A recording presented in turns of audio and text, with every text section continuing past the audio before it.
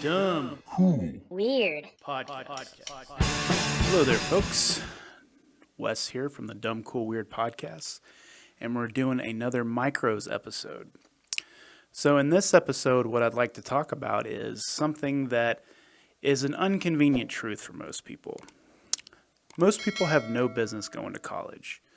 What do I mean by that? Well, as a millennial, when I was younger, I was told that I had to go to college. And after navigating the world and doing the type of work I do, I found out I don't have to go to college. I didn't have to go to college to do what I do. But I went to college anyway, and I have a lot of debt now.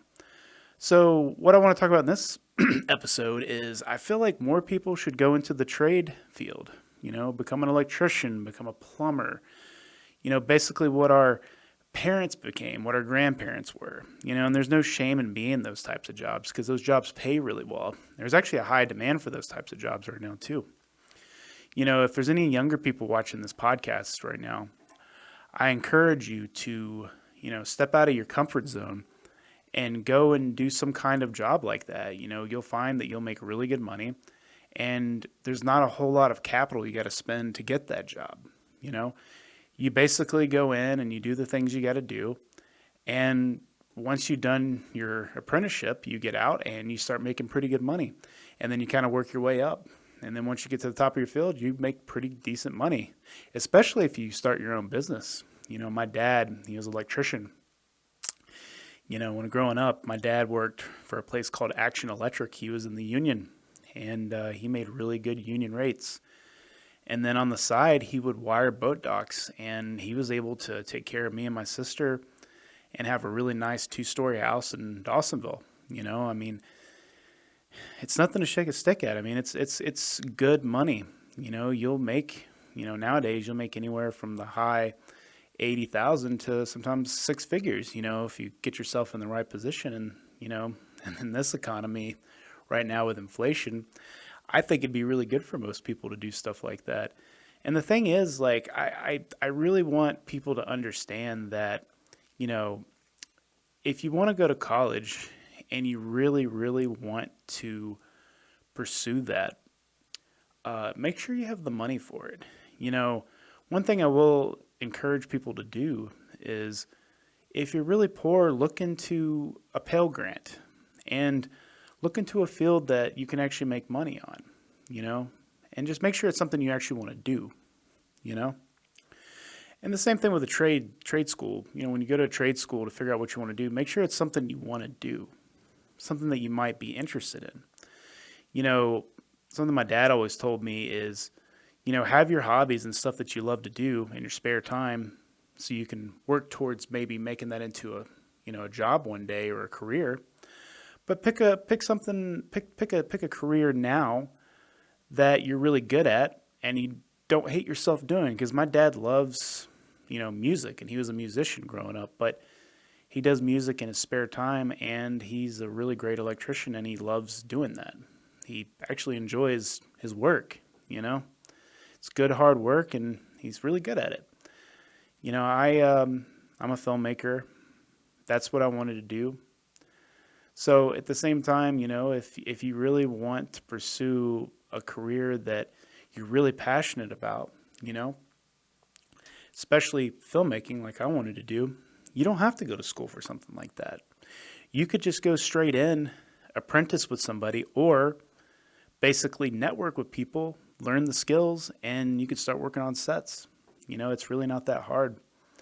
There's so many good resources out there. There's tons of books you can buy that are way cheaper than going to film school. But that only applies to what I'm talking about with film school. You could say the same thing with art schools too. Like if you want to be a painter, just paint.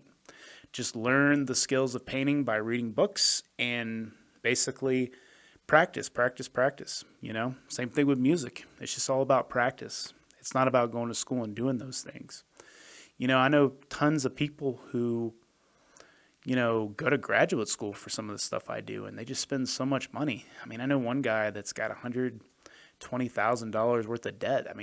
There's no need to go into that kind of debt for stuff like that. So what I'm trying to say in this episode is just I encourage people to pick something that's, something that they're good at and they would be okay doing and they would enjoy doing it. And if you have something that you really want to do, you know, unless it's like the STEM field, STEM field, you're going to have to go to college, and that covers a lot of different types of jobs, like working as a doctor or being a lab technician or any kind of job, in the STEM field, IT work, but the thing is with IT work nowadays, you can actually just get certified and you can start working right away. But like I said, I highly recommend that before you go to college, trade school, or anything, really sit and think about it. How are you going to pay for this? What is the future for the type of career I want to do? What is that going to hold for me? Make sure there's a lot of resources available to you if you do go to college, because I really didn't think these things through when I was a kid. I wish I would have. And I think that's the biggest bullshit thing about this country is I feel like kids who are coming out of high school are just not prepared to go into the trade field or the college field, and they have no idea what they're doing. There's not enough education on that. I think schools really need to teach kids about finance, about taxes, about debt, about how all this stuff works. Because it's only glossed over. Because I remember I had a class in economics that just barely glossed over it, and it didn't reinforce that, hey, this is really important. You really need to learn this stuff for your future self. And it's unfortunate.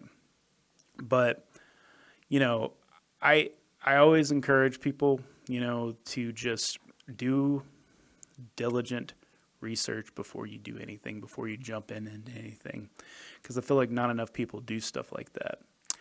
And that's basically it for this episode. Go ahead and check out our YouTube channel, subscribe, comment, like. Anytime you do stuff like that, it definitely helps with the algorithm. And go ahead and hit that bell notification so you can get notified every time we upload stuff. We're also on Rumble as well. We're also on all major social media platforms like Twitter, Instagram, and Facebook. And all of our content gets uploaded to YouTube, goes to Rumble, and goes to Facebook. So you can check that stuff out there. And you can check out our website, www.dumbcoolweird.com, where we have our merch, and we have the audio version of our podcast listed there, as well as the video version of our podcast. So thank you very much. Thank you for watching. And I hope you enjoy the rest of your day. Bye. And stay sexy, Atlanta, because Nick's not here.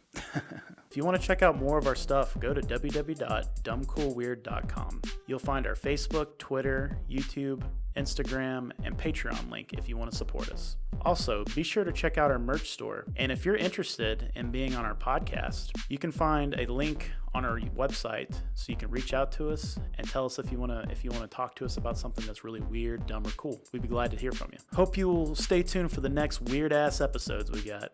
Thank you.